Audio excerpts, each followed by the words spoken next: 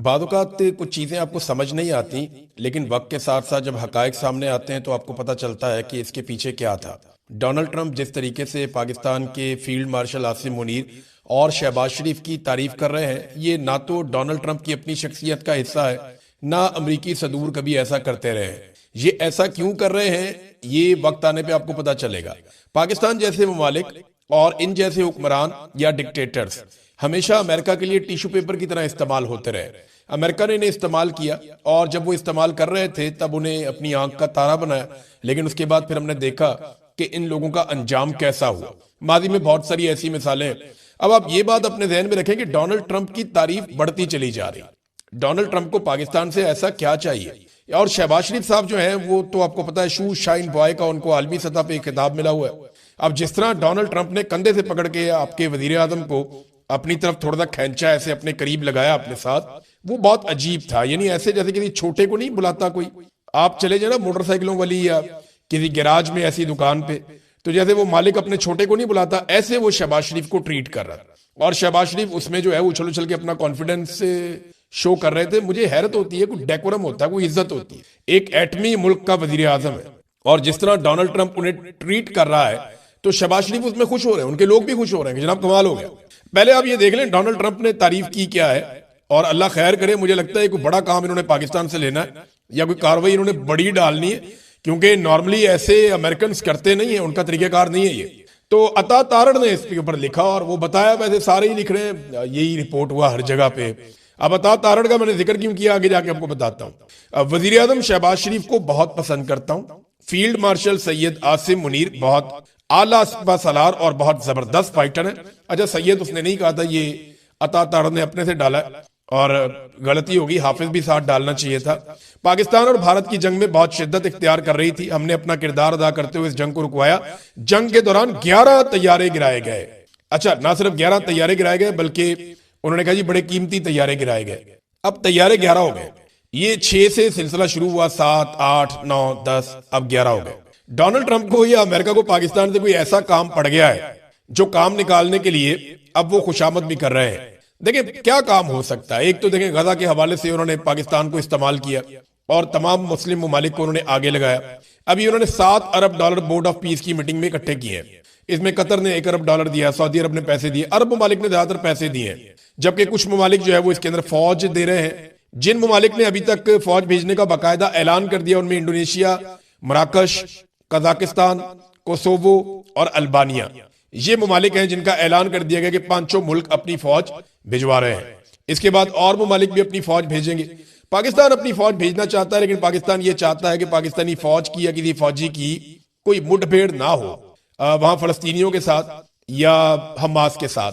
लेकिन ऐसा मुमकिन कैसे है? देखें डोनाल्ड ट्रंप का जो नुक्ता नजर है इस सारी फोर्स को वहां पहुंचाने के पीछे, वो तो हमास को गैर मुसल्ला करना और हमास का खात्मा करना। वो हमास को एक बहुत बड़ा खतरा समझते हैं, इसराइल के लिए उसे हमेशा के लिए खत्म करना चाहते हैं। लेकिन इस फोर्स के अंदर अभी तक जो फौजें गई हैं या जा रही हैं, उनकी ख्वाहिश है कि उन्हें सिर्फ सिक्योरिटी की ड्यूटी मिले, इससे ज्यादा कोई काम उन्हें करना ना पड़े। अब यहाँ मेरे एक दोस्त हैं अमेरिका में, वो बड़े जबरदस्त तजजियाकार हैं, वो चीजों को बड़ी गहराई से देखते हैं। कुछ एक और दोस्त हैं, उन्होंने भी यही थोड़े दिन पहले मुझे बात कही थी। दावा उनका ये था कि ये जो इसराइल बार बार कह रहा है ना कि तुर्की की फौज हम नहीं आने देंगे, ये उन्होंने दावा किया कि ये एक तरह की नूरा कुश्ती है और आप तुर्की की फौज को देखेंगे कि वो वहां मौजूद होगी गाजा में। मैंने कहा जी ये कैसे हो सकता है? उन्होंने कहा जी कि तैयब उर्दगान ना बहुत समझदार है, वो चाहते हैं कि उनकी फौज गाजा में जाए और यही बात जो है वो डोनाल्ड ट्रंप भी चाहते हैं। लेकिन क्योंकि उनके मुल्क के अंदर रद्देमल बड़ा सख्त आ सकता है, तो इसलिए उनकी ये ख्वाहिश है मुबैना तौर पर कि इसराइल मना करेगी हम तुर्की की फौज नहीं आने देंगे, और फिर जब हम तुर्की की फौज भेजेंगे तो हम कहेंगे देखें इसराइल के मना करने के बावजूद हमारी फतह हुई, हमने अपनी फौज भिजवा दी गजा में और हमने जबरदस्ती भिजवाई। अब ये फौज काम क्या करेगी ये सब जानते हैं। तुर्की की फौज हो, पाकिस्तान की हो या इंडोनेशिया की हो या कोसोवो की हो, जिसकी भी हो, ये फौज इसराइल की हिफाजत करेगी, इसराइली सरहदों का तहफ़्फ़ुज़ करेगी और असल काम यही है। अब तैयारे जो है वो 11 कर दिए डोनाल्ड ट्रंप ने, ये आने वाले दिनों में जो है, और ये अता तारड़ खुद बता रहे हैं 11 कर दी। शर्म भी नहीं आती भाई, आप तो बताए ना कि 11 नहीं है, 6 है, 7 है। 6 तैयारे थे ना पहले तो, अब ये डबल हो रहे हैं, 11 कर दिए। ये थोड़े दिनों में दर्जन हो जाएंगे। और डोनाल्ड ट्रंप तो ऐसा लगता है मजाक उड़ा रहा है पाकिस्तान का। अगर ये तादाद ऐसी ही बढ़ती रही तो कुछ अरसे में डोनाल्ड ट्रंप ने हाफ सेंचुरी कर देनी है इंडियन तैयारों की, और फिर एक दिन पता चलेगा कि इंडिया का कोई भी तैयारा अपने हैंगर में नहीं है, सारे पाकिस्तान ने तबाह कर दिए। तो पाकिस्तान ने वाकई इंडिया के तैयारे तबाह किए हैं, लेकिन ऐसे तो ना करें आप। अब तो आप हमारा मजाक उड़ा रहे हैं एक तरह से। पता नहीं कौन सा काम डोनाल्ड ट्रंप को पड़ गया, भी ईरान के ऊपर भी इन्होंने अटैक करना है। जो धमकियां आ रही हैं और जो सिचुएशन रिपोर्ट हो रही है, कुछ यूरोपीय ममालिक ने अपने शहरियों को खबरदार किया है। एक दो ममालिक ने कहा अपने शहरियों को कि निकल जाओ वहां से फौरन ईरान से, कि अमेरिका एक बड़ा अटैक कर सकता है, और ये बात रिपोर्ट हो रही है। ईरान ने और रशिया ने यह कहा है कि अगर ये अटैक किया गया अमेरिका की जानिब से ईरान के ऊपर, तो इसके संगीन नताइज होंगे और वापस जवाब दिया जाएगा। ये ईरान कह रहा है जवाब देंगे, रूस कह रहा है कि इसके संगीन नताइज होंगे। अब इनके पास क्या इंफॉर्मेशन है या कौन से हथियार है, ये पता चलेगा अगर लड़ाई होगी तो।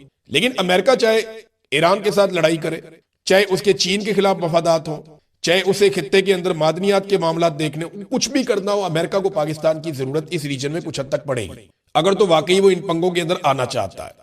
और पाकिस्तानी फौज अगर चली जाती है वहां पे गाजा में, तो काफी हद तक अमेरिका अपना काम निकलवा सकता है। अब देखना यह है कि पाकिस्तान किस हद तक जाता है और कहां तक जाता है। शहबाज शरीफ ने भी तारीफों के पुल बांध दिए। एक तो मैं आपको यह बताऊं कि शहबाज शरीफ ने अपनी पूरी तकरीर में इसराइल की मजम्मत नहीं की। इसराइल लगातार जंगबंदी की खिलाफ वर्जी कर रहा है। शहबाज शरीफ ने कहा जी कि जंगबंदी की खिलाफ वर्जी नहीं होनी चाहिए। ये नहीं बताया कि किसकी तरफ से हो रही है, जुल्म कौन कर रहा है। कुछ और ममालिक हैं जिन्होंने ये बात बोली कि इसराइल सीज फायर की खिलाफ वर्जी कर रहा है और ज्यादती कर रहा है, फलस्तीनियों का कत्लेआम कर रहा है। पाकिस्तानी वजीर आजम ने यह बात नहीं की, क्योंकि उन्हें तकरीर एस्टेब्लिशमेंट ने लिख कर दी थी, तो उन्होंने कहा जी इसराइल को आपने नाराज नहीं करना, ऐसा लगता है। तो शहबाज शरीफ साहब ने अपनी तकरीर में डोनाल्ड ट्रंप की तारीफें की तकरीबन 70-80% टाइम में, और थोड़ी सी बात उन्होंने ये की कि जी फलस्तीन के अंदर अमन आना चाहिए, गजा के अंदर अमन आना चाहिए, और जो सीज फायर वॉयलेशंस हैं वो नहीं होनी चाहिए। अब जब आप कहते हैं ना सीज फायर वॉयलेशंस नहीं होनी चाहिए, तो ऐसा लगता है जैसे दोनों तरफ से हो रही है। भाई ये तो एक तरफा है ना, तो इन्हें कहना चाहिए था वो बात, और उस प्लेटफॉर्म के ऊपर कहनी चाहिए थी। लेकिन क्योंकि वहां पे इसराइली नुमाइंदा मौजूद था जिसके साथ प्लेटफॉर्म शेयर किया शहबाज शरीफ ने, तो ये एक बहुत बड़ा तारीखी मौका था। शहबाज शरीफ साहब खड़े थे, उनके साथ एक फर्द छोड़ के साथ जो है वो इसराइल का वजीर खारजा खड़ा था, उनका नुमाइंदा खड़ा था, और शहबाज शरीफ को खड़ा भी पीछे किया हुआ था कि हेड ऑफ द स्टेट है। शहबाज शरीफ साहब से आगे जो है वो वज़ीर खारजा और इस तरह के लोग खड़े हुए थे। अब हेड ऑफ द स्टेट है तो आगे आकर खड़े होना चाहिए था, लेकिन शहबाज शरीफ साहब को पिछली सफ में भेज दिया, जैसे अक्सर उन्हें भेज दिया जाता है, और उनके साथ ही खड़ा कर दिया उसी सफ में इसराइली नुमाइंदे को भी, और ये भी उसके साथ खड़े हो गए, और चेहरे पे इनकी खुशियां टपक रही थी। तो एक तारीखी मौका है कि शहबाज शरीफ साहब ने गेम उठाई डोनाल्ड ट्रंप की, और साथ खड़े हो गए इसराइली नुमाइंदे के, और इसराइल की मजम्मत भी नहीं की। वैसे मैं पूछना चाहता हूं कि ये जो बताता हूं आगे जाके कि शहबाज शरीफ ने क्या कहा, लेकिन देखें ये जो जमात इस्लामी, तहरीक लब्बैक, फजलुर रहमान, ताहिर अशरफी, ये बहुत सारे नून लीग के लोग जो हैं वो भी, और बहुत सारे हमारे दानिशवर हैं, खासतौर पे वो प्लाटों में भागने वाला जो लाल टोपी, ये सारे अब मुनाफकत करेंगे या बताएंगे कुछ। देखिए ना, इमरान खान को तो ये सारे कहते रहे हैं अक्सर औकात कि वो यहूदियों का एजेंट है, जो कि बहुत गलत है, काबिल मुजम्मत है, ऐसा किसी को नहीं कहना चाहिए, लेकिन ये सारे ये कहते रहे ना। तो आप ये बताएं ना कि आज जो हुआ वहां अमेरिका में, उसके ऊपर इनका रद्द-ए-अमल क्या है, या उसके ऊपर ये क्या मौक़िफ़ रखते हैं। तो फिलहाल तो सारे चुप हैं, मैं खबर आपके सामने रख रहा हूं। तो ये एक तरह की मुनाफकत है जो ये लोग करते हैं। अब शहबाज शरीफ ने यहां तक कह दिया कि डोनाल्ड ट्रंप की तारीफ करते हुए कि लेट मी से मिस्टर प्रेसिडेंट, के जनाब सदर मुझे ये कहने की इजाजत दीजिए, you are truly saviour of South Asia, आप पूरे जनूबी एशिया के सेवियर हैं। शहबाज शरीफ साहब, अल्लाह रब्बुल इज्जत है सेवियर। ये जूते पॉलिश करने के चक्कर में अपना ईमान खराब ना करें। ये बात अगर इमरान खान ने कह दी होती ना, तो मौलवियों ने जमीन आसमान अभी तक एक कर देना था। ये बात अगर इमरान खान ने की होती ना, तो अभी तक पाकिस्तान की सियासी जमातों ने पिट स्यापा डाल देना था। पाकिस्तान के दानिश्वरों ने, मौलवियों ने, इन सब ने रोला डाल देना था कि आप कैसे सेवियर कह सकते हैं, आप तो अपना ईमान खराब कर रहे हैं। अभी तक मौलवियों ने इमरान खान का निकाह जो है वो फारिग कर देना था कि जनाब दोबारा निकाह करें, आपका तो निकाह फारिग हो गया। ये किस्म के मौलवी फतवे देते हैं। तो सेवियर ऑफ साउथ एशिया, एक एक आदमी का सेवियर अल्लाह रब्बुल इज्जत है। वही जान बचाने वाला, वही जान लेने वाला, वही पैदा करने वाला सबसे बड़ा, सबसे ताकतवर है। हमारा ये ईमान है।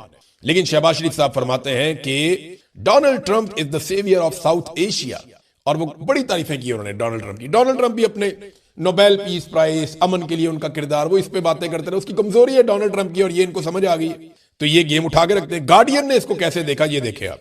गार्डियन लिखता है इस इजलास में सिर्फ आमिर, डिक्टेटर्स और गैर नुमाइंदा हुकूमतें शरीक हुए हैं। जावेद हाशमी साहब ने इस पर एक बड़ा दबंग तबसरा किया है। उन्होंने कहा ट्रंप के सारे हवारी इकट्ठे थे, अपने मुसलमान भाइयों के खून का सौदा करने पर तारीफ तो करा लेते हो, मगर कोई इस्तिस्ना तुम्हें ना तारीख माफ करेगी। फलस्तीनी रियासत का एक नुमाइंदा भी मौजूद नहीं था। आसिम मुनीर का नाम लेकर ट्रंप ने बता दिया कि मुजरिम कौन है। ये जनाब जावेद हाशमी साहब का इस मामले में ट्वीट है। बहरहाल ये अब तक की सिचुएशन थी, मैंने आपके सामने रखी। अब नाज़रीन आ जाए कि एक्चुअली ये पाकिस्तान तहरीक इंसाफ के साथ हुआ क्या जब इमरान खान साहब की आंख का मामला बना। अब जो चीज मैं आपके सामने रखने वाला हूं ना, ये मैंने अपने सोर्सेज से इकट्ठी की है और ये वो सारी इंफॉर्मेशन है जो गुज़िश्ता चंद दिनों में हुआ और आपको सारी कहानी समझ आ जाएगी कि हुआ क्या था। जिस वक्त इमरान खान साहब की आंख की बीमारी का मामला बाहर आया, सलमान सफदर साहब रिपोर्ट लेकर आए और रिपोर्ट इसलिए बनवानी पड़ी क्योंकि अक़वाम मुत्तहिदा का वफद सुप्रीम कोर्ट ऑफ पाकिस्तान में आया था। वो रिपोर्ट जब मंजर आम पे आई तो हुकूमत घबरा गई थी। हुकूमत को लगा कि बड़ा सख्त रद्द-ए-अमल आने वाला है। मोहसिन नकवी के जरिए पाकिस्तान तहरीक इंसाफ के कुछ बंदों से राब्ते शुरू हुए। मैं जानता हूं कौन बंदे हैं, मैं नाम नहीं लूंगा वरना उनकी मंजी ठुक जाएगी। हालांकि उनका कसूर कोई नहीं है, वो तो बेचारे पैगाम रसा थे। और उन बंदों ने जो पाकिस्तान तहरीक इंसाफ की लीडरशिप है, उन्होंने इमरान खान साहब की फैमिली से राब्ता शुरू किया क्योंकि बीमारी का मामला है तो फैमिली की प्रायोरिटी ज्यादा बढ़ जाती है। तो यकीन दहानी करवाई गई मोहसिन नकवी की जानिब से कि हम ये भी करेंगे, ये भी करेंगे, ये भी करेंगे।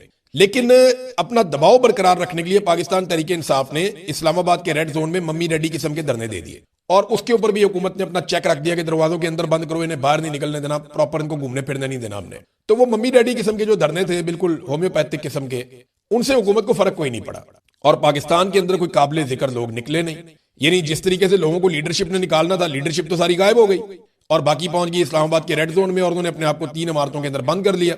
सोहेल अफरीदी भी उन लोगों में से एक थे जो इस ट्रैप में आ गए कि इमरान खान साहब से मुलाकात करवा दी जाएगी और हमें यहां पे एक अलामती धरना देना चाहिए। और सच्ची बात यह है कि इनके पास ग्राउंड के ऊपर कोई तैयारी नहीं थी कि बड़ी तहरीक एकदम चला सकते या लाखों लोगों को एकदम इकट्ठा कर सकते। इनकी ग्राउंड के ऊपर तैयारी नहीं थी। जो बात मैं आपको 1-1.5 महीने से बता रहा था कि जनाब ये मोमेंटम बना रहे हैं, विजुअल्स बन रहे हैं, लेकिन ग्राउंड पे तैयारी नहीं है। अब हुकूमत ने जब ये देखा ना कि दम खम नहीं है इनके अंदर, तो हुकूमत की नीयत बदल गई। फिर हुकूमत ने जो वादे किए थे वो उनसे मुकर गए और बड़े आराम से हुकूमत ने छोटे छोटे बहाने बना के इनको फारिग कर दिया और पाकिस्तान तहरीक इंसाफ के पास कुछ भी बाकी नहीं बचा। ये पाकिस्तान तहरीक इंसाफ के साथ हुआ है। ग्राउंड पे कोई बहुत बड़ी तैयारी करनी चाहिए थी पाकिस्तान तहरीक इंसाफ को और अब वो करने जा रहे हैं। देखिए, इमरान खान साहब की रिहाई के लिए जो अमन फोर्स है, यानी इसका नाम अब मैं आपको बता देता हूं, इमरान खान रिहाई फोर्स इसका नाम बताया था सोहेल अफरीदी साहब ने। मेरी कासिम सूरी साहब से बात हुई तो उन्होंने कहा जी इसके ऊपर जो एतराज किया जा रहा है ना कि मुसल्ला विंग है, तो उन्होंने कहा जी हम मुसल्ला पार्टी है ही नहीं, हमने कभी गोली नहीं चलाई, हमने कभी किसी को कत्ल नहीं किया, बल्कि हमारे ऊपर जो कत्ल डाले गए बाद में पता चला कि वो तो किसी और ने किए। यानी वो जो 4 रेंजर्स वाले शहीद हो गए थे वो किसी और ने गाड़ी से शहीद किए थे। तो हम तो एक पुरअमन पॉलिटिकल पार्टी है, तो हम इसके अंदर एक लफ्ज अमन शामिल कर देंगे। कासिम सूरी साहब ने मुझे बताया, वो आजकल अपने चैनल पे भी ये चीजें बता रहे हैं और मेरी आपसे गुजारिश है उनके चैनल को फॉलो करें, उनके चैनल को देखें।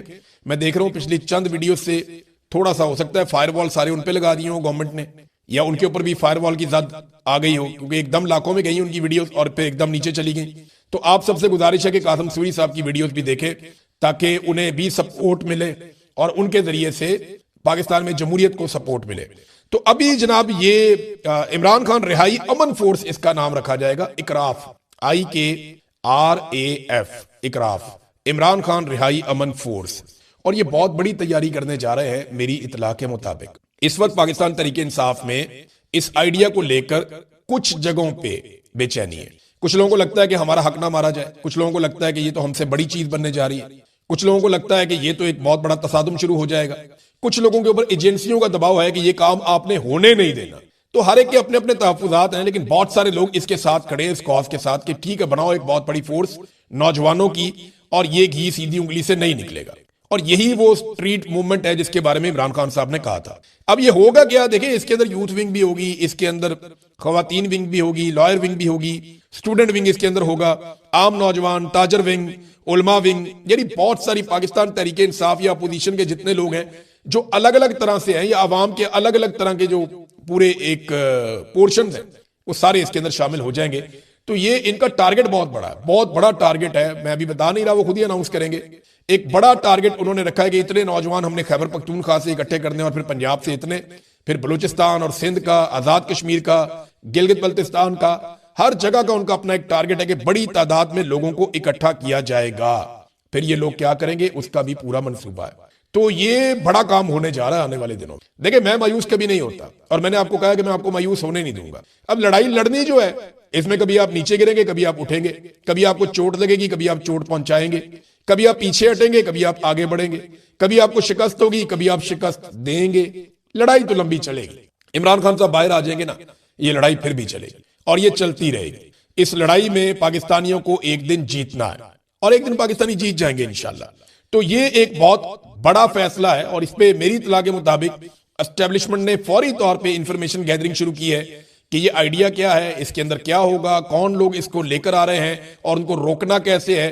तो सुहेल अफरीदी के खिलाफ बहुत सारी साजिशें आने वाले दिनों में आप देखेंगे, बहुत सारी चीजें आप देखेंगे, बहुत सारे लोग लॉन्च होंगे, बहुत सारी स्टोरीज लॉन्च होंगी, लेकिन साथ साथ वो काउंटर भी होंगी। तो नाज़रीन, ये मैंने आपको बता दिया। अब एक खबर अलीना शिगरी साहिबा ने दी है। देखें, वो जहाज वाला जो मामला, मुझे लगता है कि अज़मा बुखारी साहिबा जो है ना, इंफॉर्मेशन मिनिस्टर, वो अपोजिशन की तरफ से खेल रही है। जितनी शर्मिंदगी उन्होंने पंजाब हुकूमत की करवाई है ना, उतनी शर्मिंदगी पंजाब हुकूमत खुद कभी भी हासिल नहीं कर सकती थी। यानी उन्होंने बहुत सारी ऐसी हरकतें की हैं जिससे पंजाब हुकूमत को लगातार शर्मिंदगी हो रही है और उनका एक के बाद एक झूठ पकड़ा जा रहा है। मेरे ख्याल में पंजाब हुकूमत जितनी जल्दी उनसे जान छुड़वा ले उतना बेहतर होगा पंजाब हुकूमत के लिए। बहुत सारे और लोग हैं वो अच्छा काम कर सकते हैं इंफॉर्मेशन मिनिस्टर के तौर पे।